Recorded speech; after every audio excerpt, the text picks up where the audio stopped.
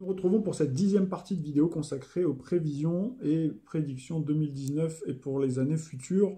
Donc après avoir parlé des relations internationales, on va poursuivre sur des relations internationales, mais cette fois-ci sur le plan européen et notamment nous intéresser à l'avenir de l'Union européenne.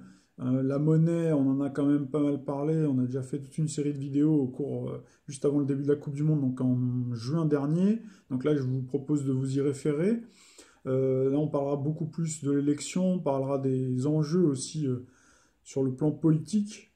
Voilà. Et avant ça, je voulais vous donner quelques références parce qu'on commence déjà à me poser quelques questions, notamment sur, j'ai pas cité, je le fais habituellement, concernant le climat. Donc la vidéo, ça s'appelle Le réchauffement de la planète, hein, une supercherie des temps modernes. Et j'avais oublié de vous dire que j'avais fait un article aussi, c'était en 2015, à l'occasion de la sortie du film San Andreas, un film catastrophe au titre prémonitoire, avais-je titré à l'époque. Et donc j'avais fait toute une étude pour savoir à quel moment pourrait éventuellement avoir lieu le Big One, un prochain Big One, puisque la dernière fois qu'il y en avait eu un, c'était, il y en avait eu un en 1906, le 18 avril 1906 à 5h12 en Californie. Donc voilà, si vous, comme ça vous fait un article à lire. En plus, il y en aurait d'autres aussi que je pourrais vous conseiller. Mais là, il suffit d'aller regarder sur le blog. Alors nous allons tout de suite démarrer par l'événement qui va marquer le début de cette année 2019. C'est la sortie de la zone euro, donc de la Grande-Bretagne, hein, du Royaume-Uni. Donc c'est vrai qu'après 2 ans de négociations, après difficile, hein, donc le Royaume-Uni est censé faire son Brexit le 29 mars prochain. Alors c'est vrai que cette sortie correspond tout à fait au transit d'Uranus, puisque Uranus reviendra en taureau le 7 mars. Et quelques jours plus tard, à la fin du mois, on aura le Brexit. Donc Uranus symbolise bien l'émancipation, la liberté, hein, la reprise de liberté en Sagittaire. Alors, moi je dirais qu'on n'est quand même pas à l'abri aussi de coups de théâtre hein, concernant le Brexit, s'il avait lieu, bien entendu, hein, comme prévu. Pour moi, en tout cas, ce serait qu'une façade et ça ne correspondrait pas tout à fait à la promesse hein, de campagne à laquelle avait adhéré le peuple. Hein. Donc, il y aura aussi les questions entre l'Écosse, l'Irlande du Nord, l'Irlande du Sud, hein, qui continueront à poser problème. C'est vrai qu'il y a eu un sacré patinage artistique hein, dans les négociations qui ont beaucoup tardé entre le Royaume-Uni et la Commission européenne.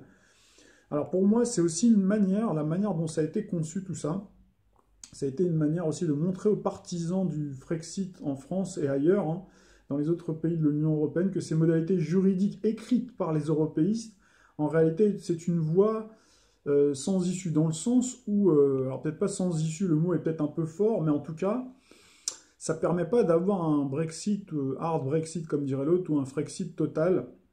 Pour moi, le ressenti que j'ai, c'est que les élites mondialistes et européistes hein, ont quelque part, savent, hein, c'est ce que j'expliquais aussi sur le plan international, c'est-à-dire que c'est des gens, il faut vraiment vous mettre dans la tête qu'on n'est pas du tout dans le même monde. Ces gens-là, ils voient à long terme, d'accord.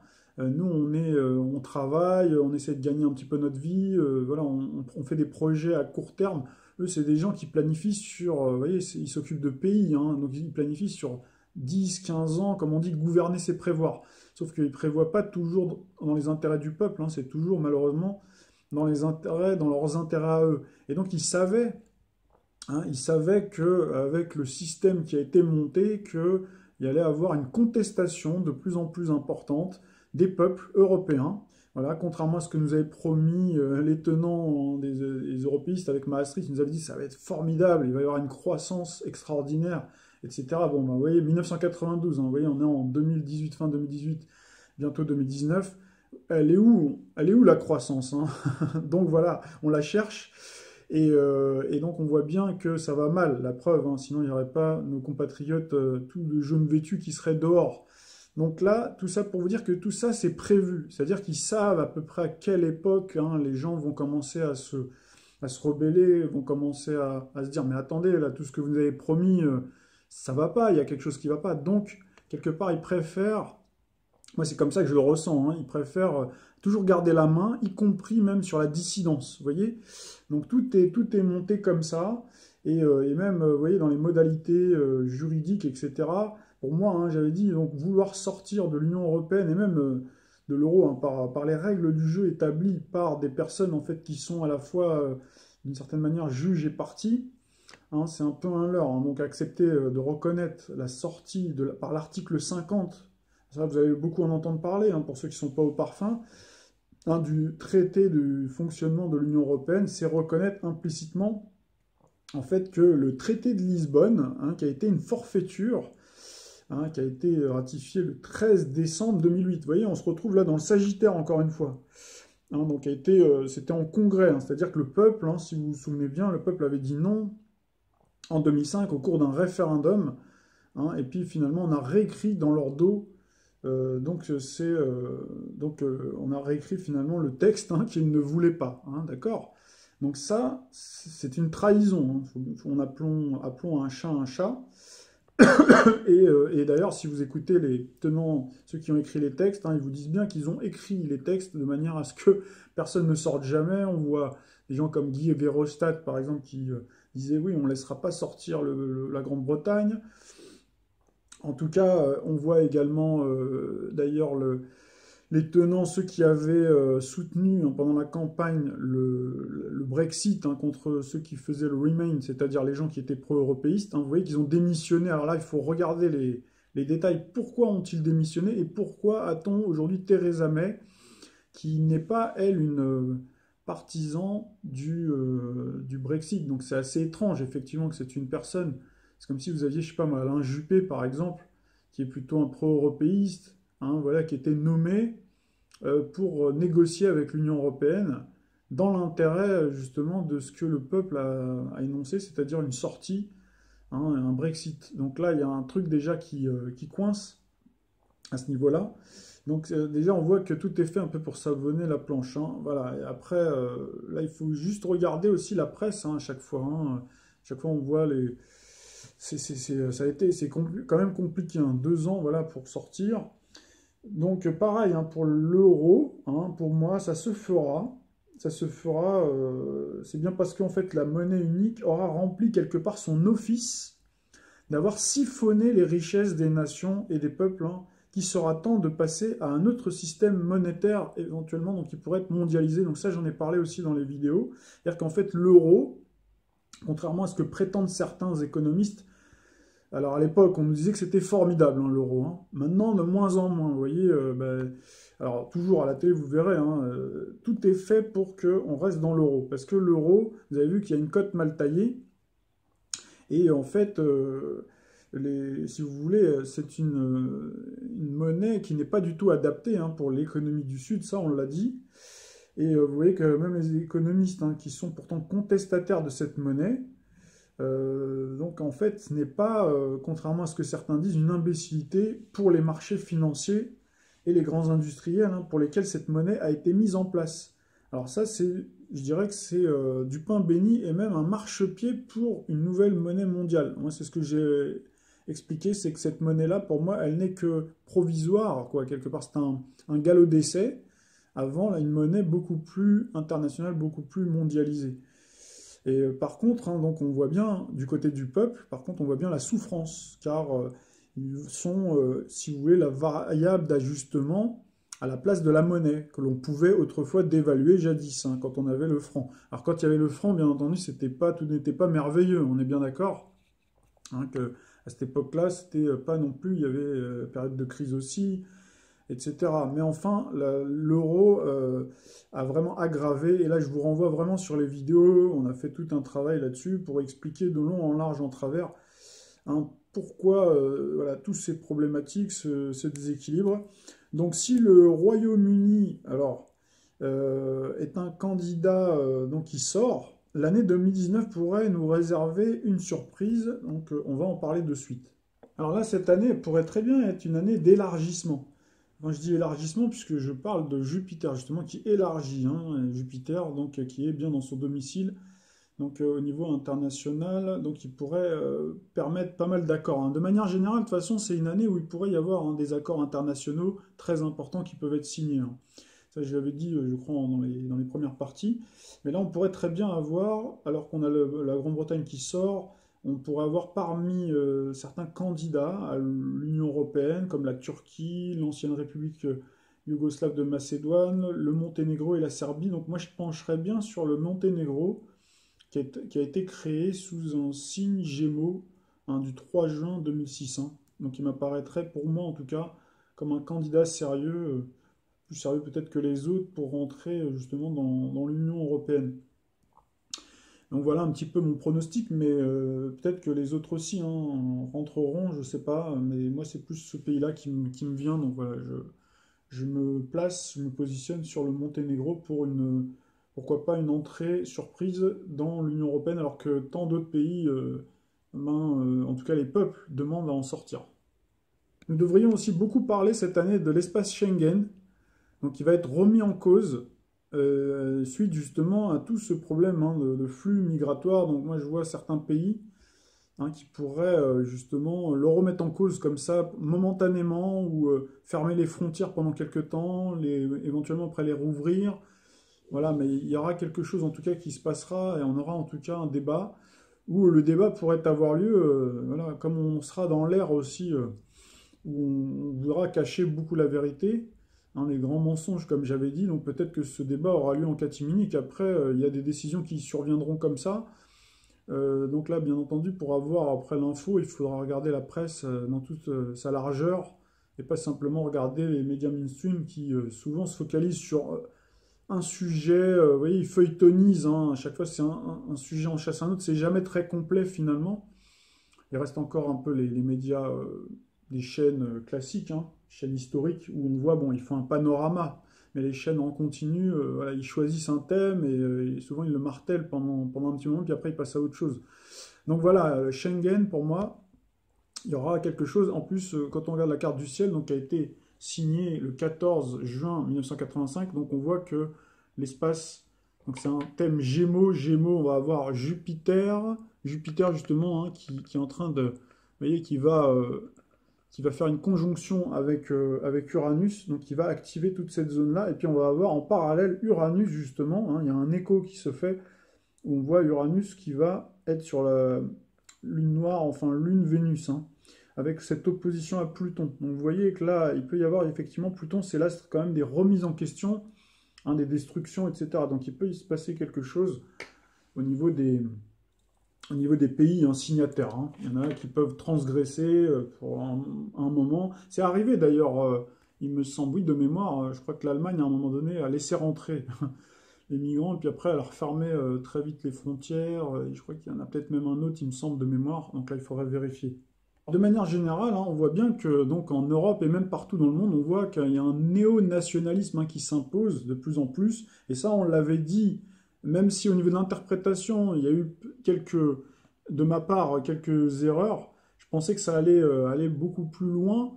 Je vous explique ça en fait en deux mots. Donc on a donc le Capricorne hein, qui est là, on a Pluton, d'accord, hein, depuis 2008, qui est en opposition au Cancer, d'accord. Pluton, donc, qui est la planète qui, à la fois, détruit les structures anciennes, hein, notamment structures européennes, on va s'en expliquer tout à l'heure, même si je l'ai déjà dit, c'est beaucoup lié au Capricorne.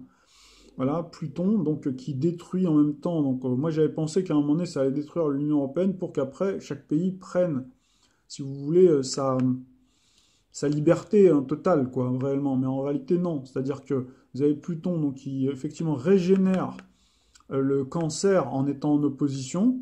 D'accord. Donc, on avait au départ hein, des difficultés parce qu'on avait Uranus hein, qui prenait en tenaille. Donc, Uranus, Pluton. Donc là, on a l'idée de régénération donc, du nationalisme, si vous voulez, face au Cancer, donc le signe de la mère patrie, des États-nations.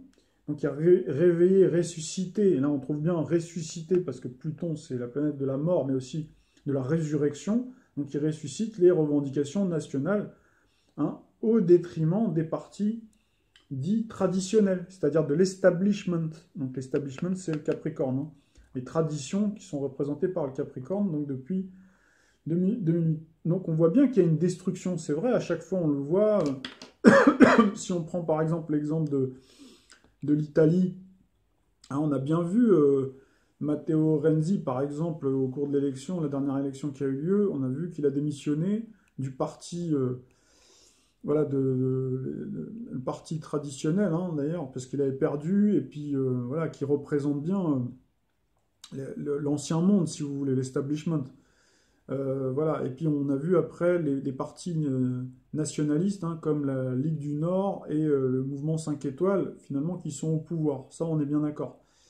Maintenant, on a pu voir qu'il y avait quand même il y a un paradoxe, c'est-à-dire que on a, par exemple, avec Uranus, justement, Uranus en bivalence, paradoxe en bélier, donc il montre en fait qu'il y a certains partis anciens, hein, qui ont réussi quand même à se maintenir en se faisant réélire avec Pluton au pouvoir, d'accord? Pluton donc en Capricorne, hein, qui symbolise la mainmise et la maîtrise, hein, des institutions européennes et de l'euro, si vous voulez. Puisque l'euro a été mis en service le 1er janvier, donc sous le signe du Capricorne, a été intronisé le 1er janvier 99 et mis en service le 1er janvier 2002. Donc là, à chaque fois, on retrouve le Capricorne. Donc en fait, on retrouve finalement, même quand les partis nationalistes arrivent au pouvoir, finalement, ils sont encore, à cause de la monnaie euro, hein, ils sont toujours pieds et poings liés, vous voyez? Même s'il y a, alors on les entend, hein, vociférer, s'opposer fermement, on voit Matteo, comment il s'appelle, Salvini, du côté de, du côté de la Hongrie, etc., hein, vous voyez? On les voit tous ces gens-là, hein. Mais à chaque fois, voilà, les efficacités pour le moment, elles n'y est pas, hein. Et puis on a aussi en France l'illustration, puisqu'en France, on a Emmanuel Macron qui est pourtant un pro-européen, donc pro-mondialiste, hein, pro-mondialisation, qui a été élu dans un scrutin national, et il a dû avancer à pas masqué, quoi. Il a dû avancer masqué sous un parti d'influence en marche, un ouvrage intitulé Révolution qui est instillé dans la tête des électeurs, hein, de la nouveauté, la révolution, le changement. Vous voyez, pourtant, et puis bien sûr, toujours, hein, pour revenir à notre mantra, l'astrologie, hein, donc on a bien vu, donc avec justement la fin du cycle, hein, d'Uranus en bélier et son passage en taureau, donc là, Uranus va soutenir, hein, ces nationalismes-là. Justement, on a ce néo, vous voyez, néo, Uranus c'est nouvelle, hein. Donc il y a un néo-nationalisme, donc qui est en train de s'implanter vraiment, qui va être partout en Europe, hein. Par contre, ce qu'il faut noter, c'est que, vous voyez, au moment où ça se produit, on a Saturne contrôle, hein, vous voyez, dans le signe du Capricorne. C'est comme si, en fait, il y avait un contrôle absolu du nationalisme. Vous voyez, l'opposition Saturne au Cancer. C'est-à-dire que le Cancer, en fait, est sous contrôle quelque part encore. Vous voyez, même s'il se libère, oui, mais il reste sous le contrôle de Pluton, Saturne-Pluton. Donc, c'est-à-dire, les prochaines années, en tout cas, vous verrez, hein, Uranus, donc effectivement, qui va soutenir le Cancer. Et là, cette fois-ci, ça y est, c'est de plein pied, il n'y aura plus de rétrogradation. Donc, nous devrions avoir, hein, pour le prochain scrutin, une poussée encore plus importante de tous les partis eurosceptiques, eurocritiques, souverainistes, patriotiques, hein, et ceux qui prônent le Frexit en France. Ensuite, continuer maintenant à s'intéresser au scrutin en lui-même, hein, le scrutin du 26 mai 2019. Voilà, ce scrutin aura lieu du 23 au 26 mai, hein, 2019. Et donc, ce sera... alors, justement, j'apporte cette petite nuance. Donc, effectivement, il y aura une poussée, normalement, hein, des partis eurosceptiques, eurocritiques, Frexit, etc., hein, voilà. On a même, hein, comment il s'appelle, Laurent Wauquiez, vous voyez, qui est devenu, tout à coup, il s'est converti un peu plus à l'euroscepticisme. Vous voyez, donc pourtant, il fait bien partie des Républicains. Donc, par contre, voilà, je veux apporter une petite nuance par rapport à ce scrutin, parce qu'on sera dans un ciel assez particulier, hein. Le ciel, je l'ai dit, hein, d'ailleurs, j'avais fait un petit volet sur mes vidéos sur l'euro, donc sur les imbroglios, la dispersion, mais aussi les grands mensonges, à cause justement de ce cycle Jupiter-Neptune, puisqu'on sera sous un soleil en Gémeaux, hein, avec un soleil-Mercure en Gémeaux, opposition à Jupiter, carré à Lune noire, Neptune. Donc, ça sent pas très très bon au niveau des présentations, du scrutin, de la manière dont les choses vont se passer. Donc là, il faut voir ce que ça peut donner après concrètement. Voilà, hein, donc la carte du ciel, montée dimanche 26 mai 2019 à 20 h, donc qui sera sous un soleil-mercure, hein, on le voit bien, en Gémeaux. Voilà, on voit des aspects, pas mal d'aspects dissonants, vous voyez, c'est ce que je vous expliquais, hein, au signe du Poisson, et également Hein, vous voyez l'opposition à Jupiter, donc Mercure, Jupiter. Donc Gémeaux, vous savez, c'est le signe de la communication. Mercure, c'est un petit peu ce qui correspond à la parole du peuple, hein, le scrutin en fait. Hein. Voilà, c'est la communication. C'est aussi le signe des comédiens, hein, le Gémeaux, hein, le signe des acteurs. On retrouve beaucoup de comédiens, beaucoup d'acteurs, des chanteurs notamment. Mais quand il est en dissonance comme ça, comme ce sera ce soir-là, surtout avec le côté Poisson, Lune, Neptune, on peut se dire qu'il peut y avoir de probables tartufferies ou de sacrées mascarades, un petit peu comme c'est le cas, hein, de façon depuis la politique, hein, je vous ai dit ce que j'en pensais, mais là vraiment on peut atteindre les summums. Hein. Donc cette influence, c'est vrai, me fait penser ce que je mettais justement sur le blog, hein, à toute proportion gardée bien entendu, à l'élection italienne qui a eu lieu en mars 2018, qui avait vu sortir des urnes l'attelage très spécial dont on vient de parler tout à l'heure, la Ligue du Nord et le mouvement 5 étoiles, qui sont l'équivalent de proportion gardée de France, en France, hein, du Rassemblement national de Marine Le Pen, et puis la France insoumise de Jean-Luc Mélenchon. Donc là, voilà, c'est une comparaison qui peut être un peu tirée par les cheveux, mais c'est un peu ça, quoi, quelque part. Hein. Donc c'est deux partis italiens, à la ligne quand même politique à la base diamétralement opposée, a dû pourtant faire alliance à cause du régime parlementaire italien, hein, qui oblige à des coalitions, contrairement justement à notre régime, système présidentiel à la française. Et c'est pour ça que je pense, et je reviens sur ce que je vous ai dit il y a quelques temps en arrière, je suis sûr que la Ve République, il y a de fortes probabilités en tout cas, qu'elle rende l'âme et qu'on ait un système un peu plus parlementaire, justement, où on va nous vendre le fait d'avoir un peu plus de souffle, hein, et un retour un peu comme la 4ème République ou la 3ème République à un régime parlementaire. Enfin voilà, ça c'est la parenthèse est fermée. Et donc voilà, à cette époque-là, donc pour revenir à l'élection italienne, on avait Mars en Sagittaire et on avait pas mal d'éléments en Poisson. C'était d'ailleurs, ça s'était passé en Mars sous le signe du Poisson. Et on avait eu aussi pareil, et on a eu Uranus qui n'était pas encore en Taureau. Et donc on a eu ces difficultés-là avec de trouver une majorité. Enfin, ça a été sacré imbroglio. Mais bon, finalement, il y a quand même eu quelque chose qui est sorti de bon. Voilà. Donc, il faudra voir hein, ce que ça donne concrètement au niveau électif, quoi, au niveau des résultats qu'on nous présentera. Il y a de fortes probabilités donc hein, que le Rassemblement national arrive en tête ou soit quand même assez fort hein, dans cette séquence-là. Après, là où je vous parle de mensonge, c'est peut-être pour le parti de Emmanuel Macron, enfin les partis dits institutionnels et tout, qui soit aussi haut, quoi. Vous voyez, à mon avis, c'est plus dans ce sens-là. Ou alors, je serais vraiment étonné quand même qu'avec cette configuration-là, comment dirais-je, par exemple le Rassemblement national, parce que c'est quand même le parti leader en ce moment. Voilà, la tête de pont, on va dire, de tous les partis eurosceptiques, eurocritiques, souverainistes, etc. Vous voyez, qu'il soit tout à coup encore deuxième, encore, vous voyez, comme ça a été le cas. Je serais un peu étonné avec Uranus, normalement, qui soutient. Mais je me méfie quand même, voilà, je me méfie beaucoup. Encore une fois, je vous le répète, avec cette configuration, je ne sais pas qu'est-ce qu'ils vont nous préparer comme sauce, mais je sens qu'il y a un coup tordu, mais ça se peut que c'est juste sur le parti En Marche, c'est-à-dire qu'on le verra très haut, alors qu'en réalité, le parti En Marche, honnêtement, mis à part quelques élites, peut-être 5-6% de la population, et encore je suis gentil, il n'y a plus personne qui en veut, quoi. Mais voilà, on pourrait le retrouver très haut. Vous voyez, comme les sondages, quand on vous montre que Emmanuel Macron, il a encore 20% d'intention favorable, ce qui est très peu comme ça, mais en réalité, c'est beaucoup par rapport à ce que c'est réellement. En réalité, tout ça, là, je sens, je veux dire, même pas besoin d'être médium ou quoi, pour sentir que c'est complètement... cette cote-là, elle est surfaite, hein. Concernant Madame Le Pen, je vois qu'elle va monter en puissance pendant quelques temps, puis ensuite, après, comme je l'ai dit, là, je suis cohérent, elle devra laisser sa place à la Benjamine, donc de la famille Le Pen, hein, Mademoiselle Maréchal, Marion Maréchal Le Pen. Hein. Mais en tout cas, pour cette élection-là, il me semble qu'elle sera quand même plutôt bien.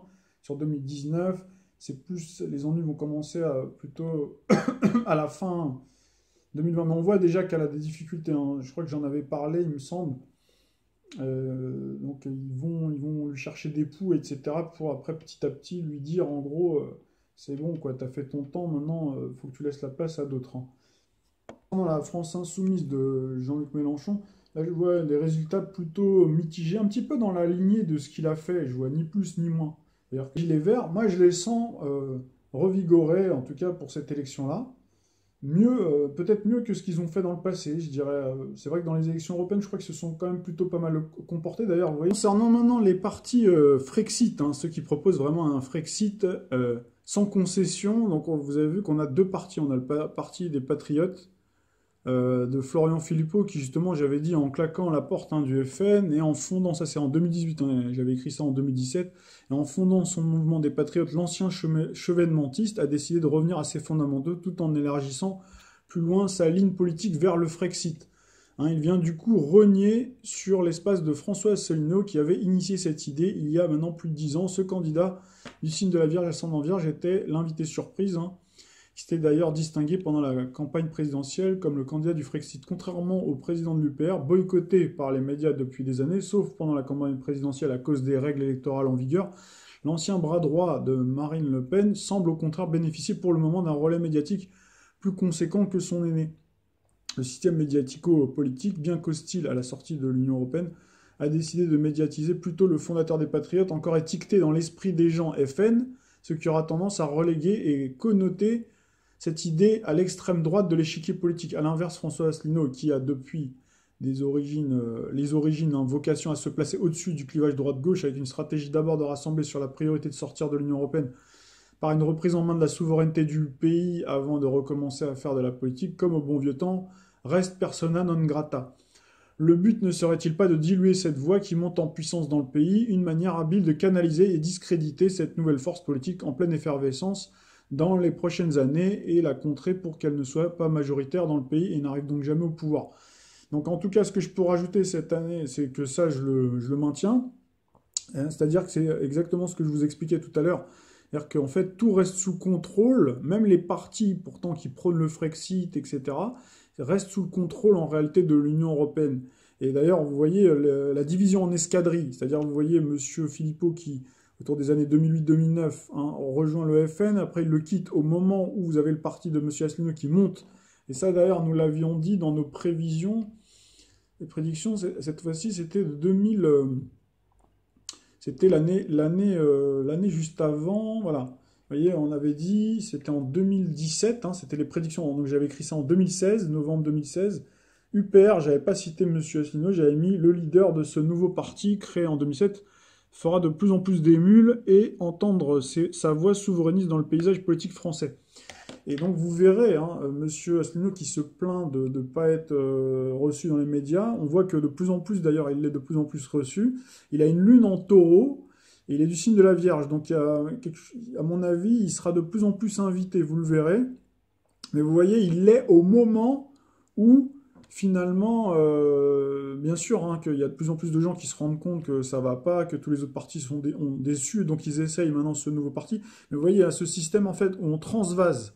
Vous voyez, on transvase vers un autre parti qui a été lancé un peu comme une flèche. Alors je dis pas attention, hein, M. Asselineau, quand il s'est lancé, je pense qu'il est sincère dans sa démarche, il n'y a pas de problème, c'est pas le problème. Mais je vous dis comment au-dessus, comment il joue hein, tactiquement pour, vous voyez, pour s'amuser comme ça avec ce qu'ils ont sous la main, pour en fait diviser toujours, pour voyez, donner toujours l'illusion aussi d'une nouvelle force politique, etc. Et d'ailleurs, on voit hein, le leader, M. Asselineau, qui était beaucoup plus offensif. Moi, je l'ai trouvé, d'ailleurs, avant, je me suis même servi des fois de certaines de ses interventions et tout pour... j'avais montré avec Pluton, quand il avait cité sur Mitterrand, je m'en étais servi, notamment, parce que je trouvais que ses analyses étaient très pertinentes. Après, on voit, moi, dans mon ressenti, en tout cas, je sens qu'au fil du temps qu'il est connu, etc., on sent qu'il y a un affaissement. Enfin, après, c'est un ressenti que j'ai, parce que c'est aussi quelqu'un qui est très marqué par le soleil. Le soleil, vous savez, c'est comme le lion, quoi. C'est-à-dire, il est au sommet, il a peur peut-être de redescendre, il est beaucoup soucieux aussi de probité, vous voyez, de rester dans son couloir, de pas trop, vous voyez, pas trop faire de vagues, etc. Donc, ça, en général, alors ça peut plaire à un certain électorat. Je pense que les gens sont beaucoup restés sur ce qu'il a dit. Effectivement, il a sorti beaucoup de vérités de derrière les fagots. Puis c'est un historien. Enfin, c'est quelqu'un qui est très fort en termes de communication. Voilà. Après, pour moi, il y a des choses. Voilà, c'est un ressenti que j'ai qui me laisse penser que tout ça, c'est pas pour vous miner le moral. Hein. Voilà, moi, je vous dis ce que je ressens. Je peux me tromper complètement. Vous allez voir qu'il va monter, hein, par contre. Hein. Vous allez le voir à la télé, etc. Mais bon, voilà. Et il fera peut-être même un score meilleur que ce qu'il a fait au présidentiel. hein. Voilà, mais parce qu'il est en concurrence. Vous avez vu maintenant, c'est logique aussi, hein, quelque part, hein. Vous voyez, il est en concurrence avec Debout la France. En plus, vous savez, les électeurs, il y a ses partisans, ils sont ils connaissent, hein, tout sur le bout des doigts. Mais les autres, parce que c'est vrai qu'on me pose beaucoup de questions, c'est pour ça que je me permets de parler de lui, parce on m'a envoyé plein de questions. J'ai vu même une personne qui a mis Frexit, etc. Donc j'imagine que ça doit être une partisane, très bien, pas de problème, hein. Moi, de toute façon, l'Union européenne, on sait. Vous avez aussi un peu mon avis, c'est un sacré carcan, quoi, hein. Mais voilà, là, il y a une grosse difficulté, c'est-à-dire que ces pays-là, il y a 50 nuances, comme je l'ai écrit sur mon papier, 50 nuances de nationalisme, de patriotique, quoi. Vous voyez, ils n'arrivent pas à s'entendre pour le moment. Je vois pas pour le moment d'alliance. Après, je peux me tromper, il y en aura peut-être, hein, comme vous voyez, par exemple, Monsieur Philippot, hein, qui est donc quand même qui c'est des frères jumeaux, si vous voulez, dans l'expression, hein, du parti de la formation politique. Ils proposent le même programme quasiment. Vous voyez, ils proposent exactement le même programme. Donc, normalement, ils sont censés s'allier. Non, ils n'arrivent pas apparemment à s'allier. Pour le moment, en tout cas, je ne l'ai pas senti. Donc peut-être qu'ils y arriveront un jour, mais ils n'arrivent pas à s'allier. Ça veut dire qu'il faudrait qu'il y en ait un aussi qui accepte peut-être la domination de l'autre, etc. Donc ça, vous savez, en politique, ça marche pas comme ça. Voilà, ensuite on voit aussi la faiblesse que j'ai sentie aussi chez Monsieur Asselineau, par exemple, c'est que en fait il est dans un clivage. Enfin, il est au-dessus des partis, oui, c'est ce qu'il dit, mais il est dans un clivage, on ne doit pas parler d'immigration, etc. Il s'était mis dans ce couloir-là, et là on a vu d'ailleurs récemment, il a fait une vidéo disant oh là là, attention, Macron il va signer le pacte de Marrakech, c'est pas bien, vous voyez. Mais trop tôt, dans le passé, il n'a jamais redonné la parole à ses électeurs pour dire bon, c'est vrai qu'à l'époque, je me suis positionné sur la sortie de l'Union européenne, c'est-à-dire sortie de l'euro, sortie de l'OTAN, sortie de l'euro, sortie de l'Union européenne, sortie de l'OTAN, les trois, le triptyque, quoi. Et le reste, non, non, immigration, oulala, au secours, je ne veux pas être assimilé à Marine Le Pen. Mais qui vous met l'étiquette d'être extrême droite et tout? C'est les médias. Vous pouvez rien faire. S'ils ont décidé, les médias, que vous étiez pas bien, vous étiez méchant, ils vont vous mettre. Donc il faut assumer. Et ça, pour moi, c'est une erreur grave politique, en tout cas. Moi, je le vois comme ça. Tactiquement, c'est pas très bon. Et là, vous voyez, en plus, pourtant, c'est quelqu'un qui a l'air d'avoir une certaine vision, puisqu'il a sorti beaucoup de vérités, etc. Mais on voit que là, par contre, pour moi, il a fait fausse route sur ce domaine-là. C'est pour ça que je le sens à la fois monter en puissance, si vous voulez, par rapport à d'où il vient, et en même temps, voilà, il y a beaucoup de concurrence, donc pour se distinguer, oui, il y a beaucoup qui vont dire, oui, oui, c'était lui l'original. Donc c'est possible, effectivement, qu'ils prennent le pas, y compris peut-être sur monsieur Philippot, c'est tout à fait possible, mais il restera toujours un reliquat, vous voyez, un reliquat de fidèle de monsieur Philippot, donc du coup, je sais pas, moi, en termes de pourcentage, imaginons que même monsieur Asselineau fasse, je sais pas, même imaginons un 5%, ou ce qui serait formidable déjà par rapport à d'où il vient, parce qu'il a fait 0,90%, ça paraît, vous voyez, 5%, ça va être une percée, c'est sûr, et on entendra parler, ils seront obligés de l'inviter sur les plateaux, justement, à la suite de ça. Donc c'est bien, parce que ça va monter dans sa popularité, etc. D'ailleurs, on voit, il a la Lune, donc je vous disais, Lune en taureau avec Uranus, hein. Donc pendant quelques temps, en plus, il a un cycle Saturne-Pluton dans son thème. Vous regarderez, j'ai fait une vidéo dans le passé, hein, sur lui. Voilà, donc tous ces partis-là, ils devraient marcher, chacun va être fidèle, hein. Debout la France, Monsieur Dupont-Aignan, pareil, il y a des gens qui vont...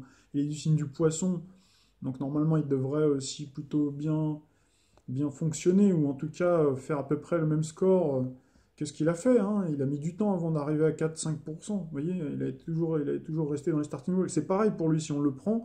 Moi, j'ai le souvenir qu'il allait à boulet rouge avant. Il allait tout le temps à boulet rouge, il disait oui, il dénonçait la loi de 73 par exemple, etc. Et puis après, au fil du temps, comme l'oligarchie et les médias en fait vous pressurisent, hein, ils vous mettent après à chaque fois des... Je me souviens encore d'une interview avec Monsieur Duhamel qui l'a vraiment esquinté, qui lui a dit vous êtes un petit De Gaulle, il l'a vraiment humilié. Et après ça s'est retrouvé dans les... Et en plus, ils font comme des prédictions autoréalisatrices parce qu'ils sont à la manœuvre. Donc, il a dit, ouais, je vous prédis pas plus de, je sais plus, 1% ou je sais pas quoi. Et puis, effectivement, quand il s'était présenté en 2012, c'était une cata. Il n'a pas fait un bon résultat. Vous voyez? Donc, quelque part, ils sont en position de faiblesse. Donc, à un moment donné, ils sont obligés de lâcher du lest. Ils sont obligés de revenir dans le sillage de l'Union européenne, vous voyez, de faire des petites concessions, des petites choses comme ça. Et moi, je le ressens. En tout cas, j'ai regardé pour voir, avant de vous faire cette vidéo Là, j'ai jeté un petit coup d'œil, un autre petit coup d'œil, vous avez qu'à regarder, c'est Sud Radio. J'ai vu Monsieur Asselineau interviewé par Madame Cécile de Minibus et puis un autre, je ne sais plus comment il s'appelle.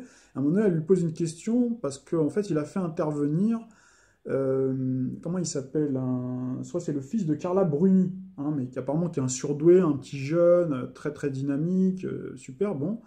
Mais vous voyez, bon, déjà le nom, ok, très bien, apparemment ça posait pas de problème, mais on lui a posé une question qui l'a un peu embarrassé, et j'ai senti qu'il avait un malaise. Ils lui ont demandé, est-ce que quand vous avez appelé Madame Bruni, parce qu'apparemment il n'est pas majeur le garçon, pour demander l'autorisation de participer à ce type d'événement, est-ce que vous avez eu Monsieur Sarkozy? Et là on a senti une gêne, vous voyez, et là il était rouge et tout ça. Donc pour moi, bon là ça saute aux yeux, c'est même pas besoin d'être voyant. Donc pour moi, il y a un truc, vous voyez, c'est-à-dire qu'il n'est pas à l'aise. Vous voyez, il n'est pas à l'aise, il peut très bien parler avec ce monsieur-là, avec monsieur Sarkozy. On sait très bien il y a une courtoisie républicaine. Pourquoi être mal à l'aise, etc. Plein de petites choses comme ça qui me font dire que ça va pas aller bien loin. Et j'ai encore d'autres éléments à vous donner. Forcément, toujours, je reviens à mes dadas, c'est-à-dire l'astrologie. Alors je vais vous montrer un petit peu ce que j'ai publié. Donc, en fait, ce que j'écrivais, hein, c'était ça, c'est-à-dire que bon, on a ces 50 nuances de partis nationalistes, patriotiques, qui se distinguent finalement sur des choses mineures, mais qui n'arrivent pour le moment pas à s'entendre hein, sur l'essentiel. Après, il faudra voir sur l'étendue du cycle d'Uranus en taureau qui soutient le cancer, etc. Il faudra voir. Donc, pour sortir justement de ce carcan de l'UE et de l'euro imposé au peuple hein, contre leur volonté. Hein. Mais en revanche, hein, donc ces leaders et partis s'entendent implicitement et sans le dire pour rester dans ce périmètre assigné par les tenants de l'Union européenne, hein, pour des raisons soit idéologiques, de promotion de carrière aussi personnelle, il ne faut pas négliger ça aussi, ou conviction aussi personnelle, tout en continuant à le critiquer ouvertement et fermement et vertement, hein, pour continuer bien sûr à mobiliser hein, sur leur nom, sur leur liste, beaucoup d'électeurs, quoi, si vous voulez. Hein. Donc, ils arrivent même désormais en France, on l'avait signalé fin 2007, ces partis qui proposent le Frexit qui sont de plus en plus hein, médiatisés. Il y en a qui vont être de plus en plus médiatisés, donc c'est ce que je disais. Donc voilà un petit peu. Alors concernant maintenant au niveau des éléments, oui voilà, au niveau de la posture aussi, hein, je disais que souvent ben, tout ça, ça sert forcément encore les intérêts des fédéralistes qui arrivent à passer fédéralistes et mondialistes, hein, qui passent dans un trou de souris, c'est-à-dire les tenants de l'establishment, car ces partis, pour moi, tous les partis que je viens de citer, là, les eurosceptiques, etc., eurocritiques, souverainistes, Frexit, etc., ils mettent en fait de la poudre aux yeux quelque part, pour moi, à tous les électeurs, et servent de paratonnerre ou bassin de rétention de la contestation populaire. Vous voyez?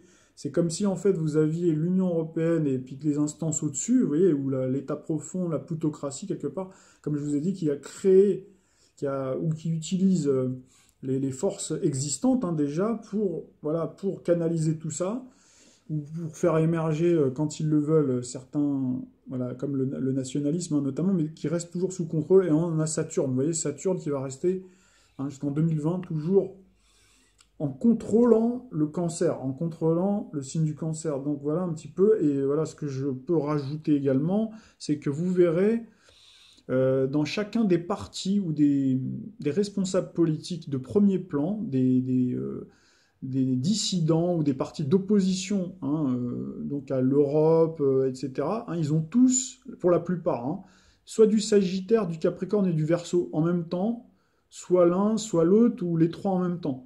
Alors le Sagittaire, en astrologie mondiale, hein, bien entendu, hein, ça signifie le mondialisme, l'internationalisme, la globalisation. Le Capricorne, c'est le signe des institutions, de la technostructure, de la bureaucratie, de l'euro, hein, l'establishment, quoi, c'est les partis ancestraux, enfin les partis classiques. Hein. En France, quoi, c'est PS, les Républicains, anciennement UMP, quoi, en gros. Hein. Et là, vous avez Verseau, signe du libéralisme, du libre-échange et des capitalistes. Hein. C'est ce que ça signifie. Hein. Ça signifie aussi la liberté, la contestation aussi. Hein. Voilà. Maintenant, on a dans le traité de Maastricht, qu'est-ce qu'on retrouve 7 février 92, Verseau, avec Soleil, Mercure, Saturne, Lune noire en Verseau. Vous avez Vénus, Mars, Uranus, Neptune plus tête du dragon en Capricorne. Donc déjà, vous voyez, dans le traité de Maastricht, on retrouve hein, ces éléments. Traité de Lisbonne, 13 décembre 2008, signé dans le dos des Français. Hein. Soleil, Mars, Lune noire en Sagittaire, plus Mercure, Jupiter, Pluton en Capricorne, plus Vénus, Neptune, tête du dragon en Verseau. Vous voyez, là on retrouve la totale avec le traité de Lisbonne. Mais c'est sur celui dans lequel on est en ce moment. Hein. Ensuite, l'euro, entré en vigueur Alors là, la totale aussi, hein, entrée en vigueur le 1er janvier 99, Soleil, Vénus en Capricorne, Mercure, Pluton en Sagittaire et Neptune, Uranus en Verseau. Mise en circulation, 1er janvier 2002, donc là on retrouve à nouveau la triptyque Soleil, Mercure, Vénus, Capricorne, Pluton, Sagittaire et Neptune, Uranus en Verseau. Et donc vous verrez en fait, hein, tous les européistes assumés, la plupart, vous verrez, ils ont, vous voyez, Emmanuel Macron, Sagittaire, ascendant Capricorne, Édouard Philippe, Sagittaire, Sagittaire, avec du Verseau. Voilà, donc on continue. François Hollande, lui, il a Mars en Sagittaire, Lune, conjonction, tête du dragon en Capricorne. Nicolas Sarkozy, Verseau, avec Mercure en Verseau, ascendant Vierge, tête du dragon en Capricorne. Manuel Valls, à l'époque, hein, Verseau, Lune en Capricorne. Christian Jacob, l'opposition qui est des LR, Sagittaire, ascendant Capricorne, avec Saturne en Capricorne, Lune en Verseau. Laurent Wauquiez, Bélier, lui il est Bélier, ascendant Verseau, avec Neptune au milieu du ciel en Sagittaire. Angela Merkel, Cancer, ascendant Sagittaire. Elle a Mars, elle, de mémoire, en Sagittaire également, tête du dragon, en Capricorne et Lune en Verseau. Jean-Claude Juncker, Sagittaire, Soleil, Mercure, Lune noire, tête du dragon, en Capricorne. Voilà, donc lui, il n'a pas de Verseau. Antonio Costa, Premier ministre portugais, Cancer avec Saturne en Capricorne et Jupiter en Verseau. Voilà, et donc après, j'ai pris les dissidents, et là, vous voyez... Alors, par exemple, M. Nicolas Dupont-Aignan, lui, il est marqué par... il est Poisson ascendant Balance, mais il a Jupiter-Saturne en Capricorne. Mercure en Verseau. Et le parti, en fait, qu'il a fondé le 23 novembre 2008, c'est sous un soleil en Sagittaire, avec Mercure-Mars également en Sagittaire, Vénus-Jupiter, Pluton en Capricorne, et tête du dragon, Neptune en Verseau. Marine Le Pen, elle est Lion ascendant... je ne sais plus quel ascendant elle est, mais ça va peut-être me revenir. Je ne l'ai pas noté, je l'ai oublié. En tout cas, elle a la Lune en Capricorne et son parti Rassemblement National, Soleil en Gémeaux, a été fondé le 1er juin 2018. Soleil en Gémeaux, Lune, Saturne, Pluton, Lune noire en Capricorne et Mars en Verseau. Ensuite, d'ailleurs, vous voyez, on retrouve pas de Sagittaire. Pourquoi? Parce que justement, c'est vrai qu'elle est contre l'immigration, etc. Donc là, on retrouve en Gémeaux, c'est-à-dire en opposition. Voilà, en opposition. Donc Marion Maréchal Le Pen, ben, on l'avait vu, hein, Sagittaire ascendant Vierge avec Mercure, Saturne, Uranus, Neptune en Capricorne, tête du dragon en Verseau. Nicolas Bay, Sagittaire ascendant Sagittaire avec un amas. Donc ça c'est l'équivalent de Emmanuel Macron, mais lui il est né voilà, il est né en ascendant Sagittaire, hein. Il a un amas, Soleil, Vénus, Neptune et Mercure en Capricorne. Florian Philippot, ascendant Sagittaire, et les Scorpions ascendant Sagittaire, avec Vénus, Neptune en Sagittaire, dont le parti des Patriotes fondé le 29 septembre 2017 sous un Soleil en Balance, avec Saturne, Lune noire en Sagittaire et Lune Pluton en Capricorne. Donc François Asselineau, je vous l'ai dit, donc il est Vierge, ascendant Vierge, avec Saturne en Sagittaire. Son parti a été fondé le 25 mars 2007 sous un Soleil en Bélier, avec Jupiter, Pluton en Sagittaire et Mars, Neptune en Verseau. Après, j'ai pris le leader autrichien, voilà, je vous la fais courte. Après, Matteo Salvini, pareil, vous voyez, on retrouve Capricorne, du Capricorne, on retrouve à chaque fois du Sagittaire. En fait, à chaque fois, c'est à peu près comme ça. France Insoumise, le parti en lui-même, déjà, il a été fondé le 10 février 2016. Hein, Verseau, donc sous le signe du Verseau, avec Mercure, Vénus, Pluton en Capricorne et Saturne en Sagittaire. NPA, pareil. Alors, il n'y a pas de Sagittaire, par contre. C'est vrai que c'est assez surprenant, parce que c'est un parti plutôt internationaliste, ou en tout cas qui est très ouvert. Ça, c'est l'idéologie aussi de ce type de mouvement trotskiste, normalement, mais bon, voilà. Mais il y a quand même l'ouverture, la fraternité, avec Verseau, le côté contestataire. Hein, Soleil, Mars, Jupiter, Neptune, tête du dragon, en Verseau, avec Mercure, Pluton, Lune noire en Capricorne. Voilà, après j'ai pris tous les gens de France Insoumise. Alors ce qui est marrant, c'est qu'on retrouve aussi, parfois aussi, Sagittaire, Capricorne, etc. Mais on retrouve beaucoup du Lion. Et le Lion, c'est le signe plutôt de la classe nobiliaire. Hein. Ce qui est marrant, c'est que vous voyez, c'est des partis plutôt de radicaux de gauche. Et en fait, vous verrez, la plupart, ils ont tous du Lion. Hein. François Ruffin, il a du Lion. Bon, ben, Jean-Luc Mélenchon, il est Lion. Alexis Corbière, c'est Lion, avec Soleil, Mars en Lion. Là, j'ai mis Étienne Chouard. Alors lui, il est Sagittaire, Mercure en Capricorne et Lune en Lion. Éric Coquerel. J'ai mis Étienne Chouard parce que je sais qu'il est un petit peu plus proche, a priori, de France Insoumise, il me semble. Éric Coquerel, lui, il est Capricorne, ascendant Sagittaire, avec du Capricorne. Voilà, j'ai mis un petit peu, j'ai essayé de faire un, j'ai pas fait des statistiques, hein, mais j'ai mis un petit peu de tout le monde et vous verrez à chaque fois, c'est ça, hein, grosso modo, hein. Voilà, nous arrivons enfin au terme, hein, de cette longue série de vidéos qui, j'espère, vous aura plu, vous aura passionné. En tout cas, j'ai vu qu'il y avait des personnes effectivement qui s'exprimaient, qui participaient et j'en suis ravi. Donc moi, je vais pas vous laisser comme ça. Il me reste 2 minutes sur la bande, donc je vais vous retrouver de suite pour vous adresser dès à présent ben, les bonnes fêtes de fin d'année. Je vais vous dire un petit mot.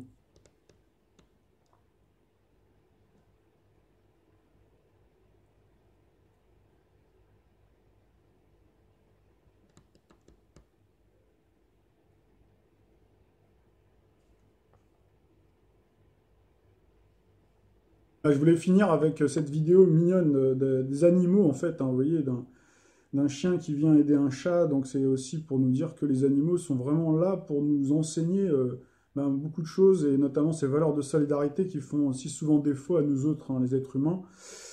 Donc je voulais également ben, vous souhaiter un excellent réveillon et une excellente année 2019 pour vous, pour vos familles, avec beaucoup de joie, beaucoup de bonne humeur, malgré hein, tout ce que l'on vient de dire, où effectivement il y a beaucoup d'informations qui sont anxiogènes. Mais j'espère en tout cas que vous allez vraiment, vraiment vivre une magnifique année 2019 pour tout un chacun. Et j'ai une petite pensée, ben, forcément pour les personnes qui souffrent, les personnes qui sont sans famille, les personnes hospitalisées, les personnes qui ont froid, qui sont dehors, qui sont délaissées, certaines personnes notamment âgées, ainsi que toutes les personnes dans le monde, hein. On a vu combien souffrent hein, de guerre, les enfants qui sont malheureux, meurtris dans leur chair.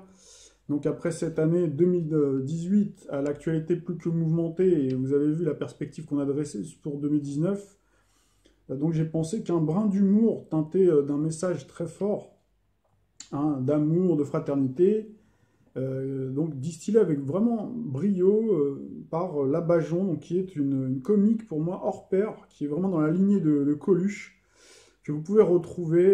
Elle a fait plusieurs sketchs vraiment qui font vraiment sourire, et voire même qui peuvent vous faire mourir de rire, mais surtout qui ont des messages très très forts qui s'inscrivent beaucoup dans l'état d'esprit en fait que j'ai.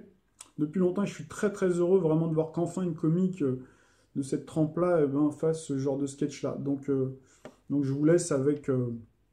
voilà, vous regarderez par vous-même voilà, sur Internet. Et je vous dis donc à très bientôt pour d'autres vidéos. Donc vous verrez dans le futur. On essaiera par contre de revenir cette fois-ci pour des sujets, sur des sujets plus individuels. Et bien sûr, je suis en train de peaufiner et terminer les horoscopes 2019 que je vais publier prochainement sur mon blog et également ici sur YouTube. Je viendrai m'exprimer devant vous pour vous expliquer un petit peu les tendances de l'année pour chacun d'entre vous, en tout cas signe par signe, avec ces horoscopes voilà, qui arrivent très vite. Je vous souhaite une bonne journée ou une bonne soirée, je vous dis à bientôt.